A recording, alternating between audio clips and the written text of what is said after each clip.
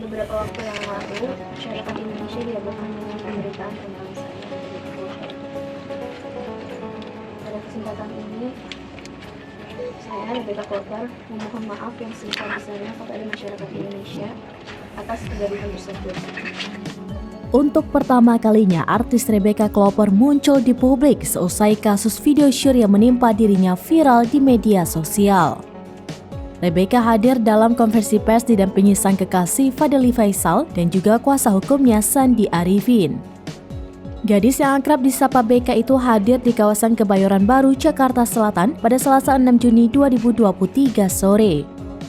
Rebecca tampil di hadapan publik dengan kemeja terang lengan panjang. Rambutnya juga diurai ke depan dan berkali-kali menunduk di hadapan awak media. Di sampingnya, Fadly Faisal setia mendampingi sang kekasih yang terjerat kasus hukum itu. Rebecca juga menyampaikan permohonan maaf seusai beredarnya video syur mirip dirinya itu. Ia juga meminta maaf pada keluarganya, rekan kerja, serta klien yang selama ini menjalin kerjasama dengan dirinya. Ia juga secara khusus memohon maaf pada keluarga Fadly Faisal yang terus terseret kasus ini.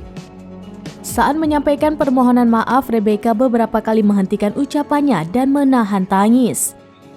Kasus video syur ini sendiri sudah dilaporkan oleh Rebecca Kloper ke pihak kepolisian. Di antaranya adalah akun Twitter @dedekugem yang menjadi penyebar konten asusila itu. Untuk itu, saya menyerahkan segala sesuatu tentang masalah ini kepada kepolisian.